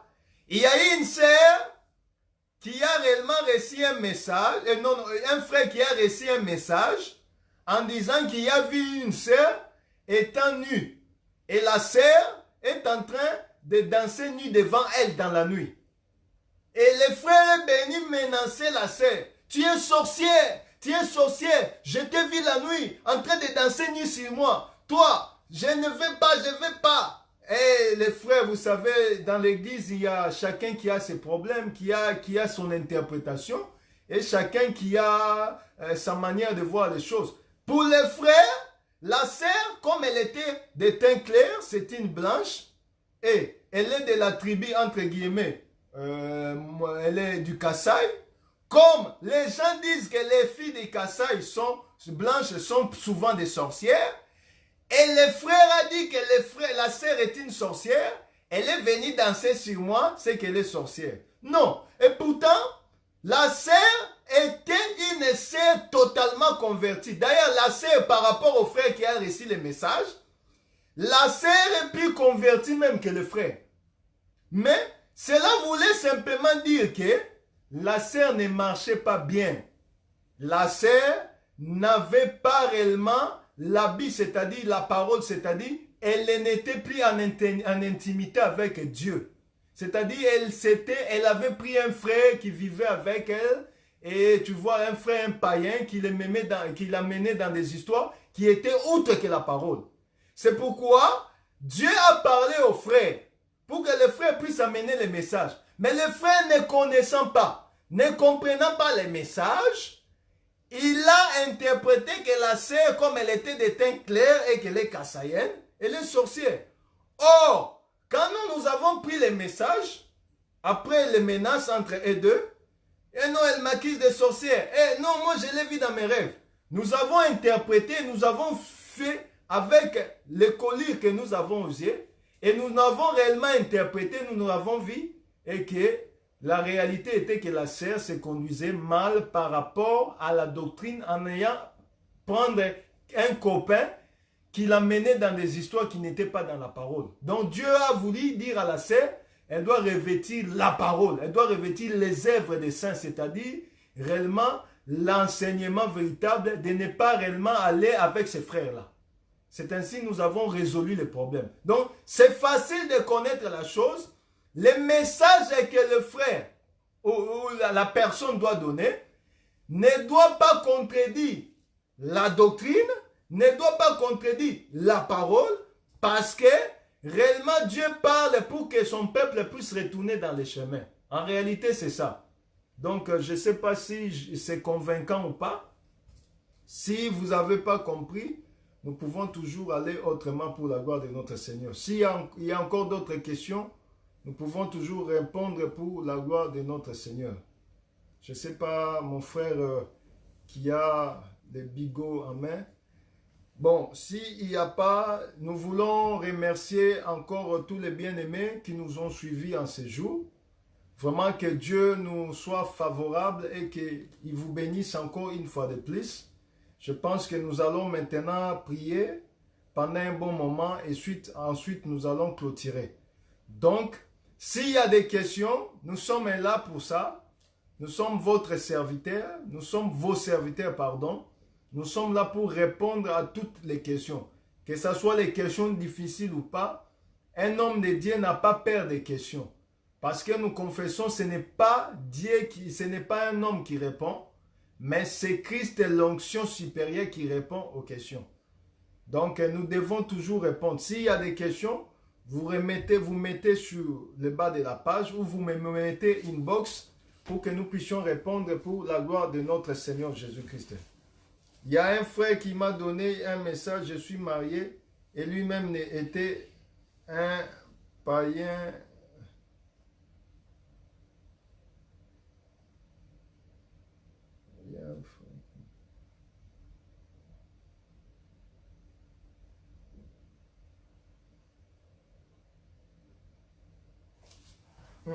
Donc, bon, le mariage, bien-aimé Patrick, le mariage, si on te donne un message dans le mariage, le mariage c'est quoi? Le mariage c'est réellement l'union d'une personne avec une autre personne. Mais les deux doivent former un. Ça c'est déjà dans le premier volet. Quand on dit que tu es marié, dans un volet, tu es marié à qui? C'est ça la question que nous devons poser. Tu es marié à qui? Et maintenant, nous devons voir ta vie. Toi-même, tu connais ta vie plus que nous autres. Dans ta vie, réellement, est-ce que tu marches selon la parole? Si tu marches selon la parole, les frères veulent simplement dire que tu es dans les bons. Parce que Dieu, il est la parole. Il a dit que les désirs de l'homme se porteront vers son mari. C'est-à-dire, les désirs de la femme se porteront vers son mari. Christ étant le véritable mari, et la parole étant le véritable mari, quand nous nous exposons, nous sommes liés à la parole, nous devenons un. C'est ça même le mariage. C'est pourquoi vous allez comprendre que les apôtres, même Pierre, quand même il est assis, on l'a dit que toi aussi tu étais avec Jésus. Il a nié. Non, nous ne prenons pas cela prophétiquement, nous prenons cela selon la doctrine. Tu es marié, mais tu étais avec lui. Mais remarquez qu'il a nié. Mais, que dit la parole? Ils ont bel aimé dit que tu t'habilles aussi, voilà, tu t'habilles comme lui. Tu es aussi comme ce Jésus-là. Cela veut dire, comme Paul était comme la femme de Christ. Ils étaient unis, ils étaient un. Or, les Français, les frères de notre président de la France, entre guillemets, Macron, ils disent que ceux qui s'assemblent se ressemblent. C'est-à-dire, comme la personne se ressemble à la parole, la personne doit être comme la parole. Christ lui-même vient et il dit, tel qu'il est, tel que nous devons être. C'est-à-dire, quelqu'un qui est marié à Christ doit vivre comme un Christ. Il doit marcher comme un Christ. C'est pourquoi quand même Pierre devait nier, mais en réalité, il était comme un Christ. Parce qu'il était marié à la parole. Or, nous aussi, les œuvres de la parole doivent se manifester en nous. Je pense que je peux répondre ainsi. Donc, quand les frères t'ont vu marié, les frères, les messages que nous pouvons te donner, que toi, tu dois réellement te marier à la parole. Toi et la parole, vous devez être qu'un. C'est-à-dire, quand les gens te voient, on ne peut pas te voir comme un parlementaire debout. Aujourd'hui, il y a des chrétiens parlementaires debout. Il y a des chrétiens opposants. Il y a des chrétiens qui sont... Il est plus opposant même et plus que même les opposants politiques dans le monde. On ne sait pas les frères s'il est politicien, si le frère, il est je ne sais quoi. Oh, frère, si tu dois t'opposer, sois opposant du diable. Mais toi, tu es opposant plus que même les opposants. Donc, nous devons être en accord avec la parole. Quand les gens nous voient, ils doivent voir la parole. C'est pourquoi aujourd'hui, c'est facile de reconnaître que celui-ci, c'est un païen. Juste, nous devons voir si réellement il ressemble à la parole. Or, Christ a dit, tout arbre qui ne porte pas les fruits sera coupé. Or, l'arbre portait les fruits, c'est ça même nous les chrétiens. Nous devons réellement avoir les fruits de la parole. C'est pourquoi il est écrit la foi sans œuvre, c'est une foi morte. Toi, tu es marié à la parole, tu dois réellement manifester les œuvres de la parole. Que Dieu vous bénisse. Je ne sais pas s'il y a d'autres questions, nous allons toujours répondre pour la gloire de Dieu. S'il n'y a pas, nous allons prier pour clôturer notre enseignement d'aujourd'hui. Je bénis vraiment tous les hommes de Dieu qui sont présentement là. Que Dieu vous bénisse. Nous allons prier pour, afin de remettre encore cette semaine qui commence entre les mains du Seigneur. Que notre Dieu nous accompagne dans toute sa gloire et dans toute sa majesté. Prions au nom du Seigneur Jésus-Christ. Remettons cette semaine entre les mains du Seigneur. Le mighty God, the King of my soul, the King of my spirit. I commit your people in your hand. I commit my sisters and my brothers in your mighty hand. I declare this week is a blessing week. I declare everything we want to do, we shall do. In this week, Lord, let your mighty hand be upon anyone in the name of Jesus Christ. Lord Almighty, you never change. You remain the same. My life is to trusting to you. It's why I trusting to you. Every day, what I must do, you must be in middle of us, oh Lord. We need you, we need you. We need your support in our life. We need your support, oh Lord. My brothers and sisters, the one is sitting right now in this moment to following this Bruce Christ Christmas, oh Lord. This Christ broadcast, oh Lord. I need you to help him. Be his support today and forever. Manifeste-toi, Jésus. Toi qui es le Seigneur, le Dieu vivant, le Dieu qui ne change pas. J'aimerais que tu déverses ta grâce et ta grande miséricorde dans la vie de tout un chacun, afin que nous puissions t'élever et te bénir. Topesi semeno mobimba, nasalo boko na oya kembo, mimoni sape mitalisa, et pa bato nyonso balandi biso, Nzambe na bomo yo mimoni sape mitalisa makat na bango. Laisse que la bénédiction de Jacob soit la bénédiction de tout un chacun. Laisse que la grâce et ta majesté soient le partage de tout un chacun. Et que nous te voyons en œuvre dans la vie de tout ton frère, de tous mes frères et mes sœurs, Seigneur. Afin que quand nous nous reverrons les dimanches prochains, nous ne manquerons pas d'élever your kingdom upon us. Nzambe na lola mimonisa, mitalisa po etoza Nzambe, oya bongo anagate, pe amitalisaka toujours na lolenge pe makasi na ye. Pambola manetola malelo pe libera libela, na kombo kitoko ya Yesu Masia, toyebi na kobonde la bongo, que Dieu vous bénisse. Je bénis tout le monde qui nous ont suivis. Je bénis réellement mon bien-aimé Gilit et Laïcha Longomon avec la grande dame Myriam Longomon. Je bénis le couple Norbert et Nora Mbangani, que Dieu vous bénisse. Je bénis encore tous les hommes de Dieu. Je ne peux voir vos noms parce que mon image est un peu bègue là. Je ne peux pas vous voir totalement. Mais mon bien-aimé qui vous voit et le très haut qui vous connaît et qui vous voit partout où vous êtes, qui vous bénisse. Je bénis tous les saints des assemblées, des saints de Paris, de Kinshasa, de Bukavu, partout où vous êtes, que l'Éternel puisse vous bénir.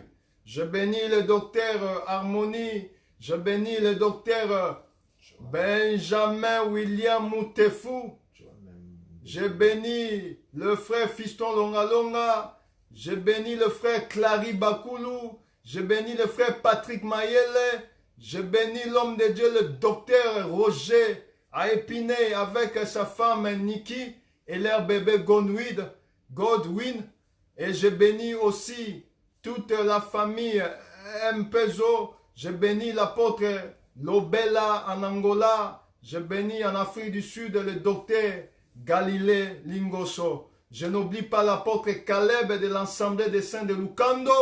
Que Dieu vous bénisse. Je n'oublie pas mon oncle, le prophète Michel Umbala de Villeneuve-Saint-Georges. Que Dieu vous bénisse. Je n'oublie pas aussi tous les hommes de Dieu. Je vois l'apôtre Gratien. Je vois le pasteur Badimo. Je vois les pasteurs Christian. Je vois aussi tous les hommes de Dieu. Je vous aime, je vous porte dans mon cœur. En tout cas, que Dieu vous bénisse. Sans oublier tous mes os et tous mes chers et frères et sœurs. Je n'oublie pas les pasteurs de l'Assemblée des premiers-nés de Kinshasa, le pasteur Loussou. Je vois l'homme de Doforo. Je vois aussi tous les hommes de Dieu qui nous ont suivis. En tout cas, que notre Dieu soit réellement votre partage et votre bénédiction. En tout cas, nous nous reverrons les dimanches prochains pour la gloire du Seigneur et de notre Seigneur. Que Dieu vous bénisse. À nous revoir les dimanches prochains pour la gloire de notre Dieu. Il n'y a pas d'autres questions? Shalom, shalom. À nous revoir prochainement pour la gloire de notre Dieu.